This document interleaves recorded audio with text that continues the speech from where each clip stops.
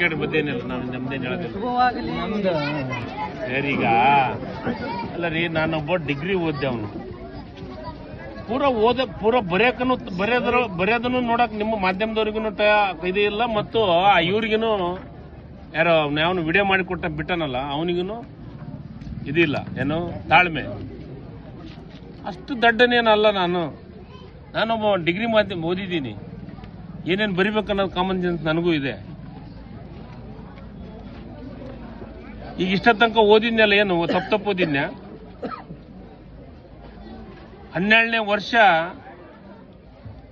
ಜಿಲ್ಲೆಯೊಳಗ August 15 ಜನವರಿ 26 ಎಲ್ಲವನ್ನ ನಾನೇ ಓದು ಭಾಷಣ ಮಾಡ್ತೀನಿ. ನಿಮ್ಮಲ್ಲಿ ಯಾವ್ದಾದ್ರು ಊರೊಳಗ ಓದಿದ್ದು ಯಾವ್ದಾದ್ರು ತಪ್ಪು ಓದಿದ್ದು ಏನ್ರ ಇದೇನಾ? ಉದಾಹರಣೆ ಕ್ಷೇತ್ರ ಹೋಗಿ ಏನ್ರ ಬೇರೆ ಹೆಸರು ಹೇಳಿದ್ದೀನ? ನೋಡಿ, ನಾನು ಯಾರನ್ನ ದ್ವೇಷ ಮಾಡಕ್ಕಲ್ಲ. ನೀವು ವಾಸ್ತವ ಸತ್ಯ ನನ್ನ ಎಬಿಲಿಟಿ ನೋಡ್ಕೊಂಡು ಮಾತಾಡಿ. 2.5 ವರ್ಷದೊಳಗ ಕನ್ನಡ ಮತ್ತು ಸಂಸ್ಕೃತಿ ಇಲಾಖೆಯನ್ನು ಯಾವ ರೀತಿ ನಿರ್ವಹಣೆ ಮಾಡಿದ್ದೀನಿ ಅನ್ನೋದನ್ನು ಕೇಳಿ. ಒಬ್ಬ ಸಾಹಿತಿ, ನಾನೊಬ್ಬರು ಒಂದು ಮದುವೆಗೆ ಹೋಗಿದ್ದೆ. ನಾನು ದೊಡ್ಡವನಂತ ನಾನು ಎಂದೂ ಹೇಳ್ಕೊಳಕ್ಕೆ ಇಷ್ಟಪಟ್ಟಾಗಲ್ಲ. ನಾನು ಒಬ್ಬ ಸಾಹಿತಿ ಹೇಳಿದ್ರು, ಹೆಸರು ಹೇಳಂದ್ರೆ ಹೇಳ್ತೀನಿ ಅವ್ರದ್ದು. ಕನ್ನಡ ಮತ್ತು ಸಂಸ್ಕೃತಿ ಇಲಾಖೆ ನಿರ್ವಹಣೆ ಮಾಡಿದ್ದು ಪ್ರಮುಖರೊಳಗ 3 ಇಬ್ರು ಇದ್ರು, ಅದ್ರಾಗ 3ನೇದವ್ ನೀನು ಅಂತಂದ್ರು. ನಮ್ಮ ಸಿಡಿಪೋ ಇಲ್ಲೇ ಅದಾನ, ಮುಂದೆ ಅದಾನ. ಏನ್ ತಪ್ಪರ್ತಿದ್ದೀನಪ್ಪ ನಾನು? ನಮ್ಮ ಸಿಡಿಪೋ ಇಲ್ಲೇ ಅದಾನ, ನಮ್ಮ ಅಧಿಕಾರಿಗಳು ಇಲ್ಲೇ ಅದಾರ.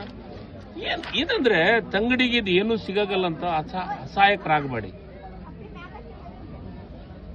ತಂಗಡಿಗೆ ವಾಸ್ತವ ಇವತ್ತು ಇಷ್ಟೆಲ್ಲ ಪ್ರತಿಯೊಂದು ಹಳ್ಳಿಗೆ ಭೇಟಿ ಕೊಡಕತ್ತೀನಿ ಅಂದ್ರೆ ಜನರು ನನಗೆ ಪ್ರೀತಿ ವಿಶ್ವಾಸದಿಂದ ಯಾಕೆ ಬರಕತ್ತಾರ?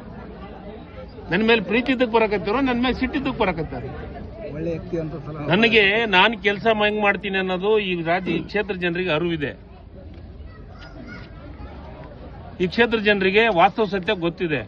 ಹಿಂಗಾಗಿ ಜನರು ನನ್ನ ಹತ್ರ ಪ್ರೀತಿ ವಿಶ್ವಾಸದಿಂದ ಬರ್ತಾರೆ.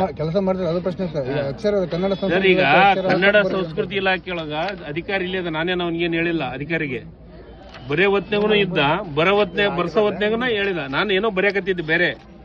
ಅವ್ರೆಲ್ಲರೂ ಸೇರಿ ಶುಭವಾಗಲಿ ಅಂತ ಬರೀರಿ ಅಂತಂದ್ರು. ಶುಭವಾಗಲಿ ಅಂತ ಬರೆದು ಮೇಲೆ ಒತ್ತು ಸ್ವಲ್ಪ ನಾನು ಇದು ಸತ್ಯ. ಈಗ ನಾನು ಒಂದೇ ಒಂದು ಕೇಳ್ತೀನಿ. ಅಫ್ಕೋರ್ಸ್ ಗಲಿಬಿಲಾಗ ಇರ್ಬೋದು, ಇಲ್ಲ ಟೆನ್ಷನ್ದಾಗ ಇರ್ಬೋದು, ಬೇರೆ ಏನಾರು ಇರ್ಬೋದು, ಅದಲ್ಲ ನಾನು ಹೇಳೋದು. ಆದ್ರೆ ಅಕ್ಷರ ಬರಿಲಾರ್ದಂತ ಪರಿಸ್ಥಿತಿ ಒಳಗೆ ತಂಗಡಿಗಿಲ್ಲ. ಯಾರೋ ಒಬ್ಬನ ಕೇಳಕತ್ತೇನ, ನಾನು ಉತ್ತರ ಕೊಡ್ಬೋದು ಈಗ ಬಹಳ ಚೆನ್ನಾಗಿ. ಯಾರ್ಯಾರು ಇಲಾಖೆ ಏನೇನು ಕೆಲಸ ಇರ್ತೈತೆ ಅದನ್ನ ಮಾಡೇ ಇದು ಮಾಡ್ತಾರಂತ ಅನ್ಬೋದು. ಅದನ್ನ ನಾನು ಅನ್ನಕ್ಕೆ ಇಷ್ಟಪಡೋಂಗಿಲ್ಲ. ಬಟ್ ನನಗೂ ಆ ಕಾಮನ್ ಸೆನ್ಸ್ ಇದೆ. ಅಷ್ಟು ದಡ್ಡನ ಅಲ್ಲ. ಇದು 12ನೇ ವರ್ಷ ರಾಜಕಾರಣ ಅಧಿಕಾರದಾಗ ಇರಕತ್ತಿ ನಾನು. ಈ ಕ್ಷೇತ್ರ ಜನರಿಗೆ ಗೊತ್ತಿಲ್ಲ ನಾನು ಕನ್ನಡ ತಂಗಡಿಗೆ ಎಷ್ಟು ಬರ್ತೈತೆ, ಇಂಗ್ಲಿಷ್ ಎಷ್ಟು ಬರ್ತೈತೆ ಅನ್ನೋದು ಈ ಕ್ಷೇತ್ರ ಜನರಿಗೆ ಗೊತ್ತಿಲ್ಲ, ಈ ರಾಜ್ಯದ ಜನರಿಗೆ ಗೊತ್ತಿಲ್ಲ. ನೋಡ್ರಿ, ನಾನು BSc ಓದಿದ್ದೀನಿ. ನನಗೊಂದು ಕಾಮನ್ ಸೆನ್ಸ್ ಇದೆ. ಮನುಷ್ಯನ ತಾಳ್ಮೆ ಪರೀಕ್ಷೆ ಮಾಡಬಾರ್ದು. ಮತ್ತೆ ಯಾರು ಹೇಳ್ತಾರಲ್ಲ ಅವ್ರನ್ನ ಓಪನ್ ಆಪ್ಷನ್ ಇನ್ನ ಬಾ ಅಂತ ಕರಿಬೇಕಾಗತ್ತ. ನೀನೇನು ಬರಿ ಅಂತ ನಾನು ಬರ್ತೀನಿ, ಇಲ್ಲ ನೀನೇನು ಬರಿತೀಯ ಅಂತ ಕೇಳಿ ನಾನು ಹೇಳ್ತೀನಿ ಅದನ್ನ ಬರಿ ಅಂತಂದು ಇನ್ನು ಓಪನ್ ಆಪ್ಷನ್ ಇಡಬೇಕಾದಂತ ಪರಿಸ್ಥಿತಿ ಬಂದ್ರು ಆಶ್ಚರ್ಯ ಪಡಂಗಿಲ್ಲ.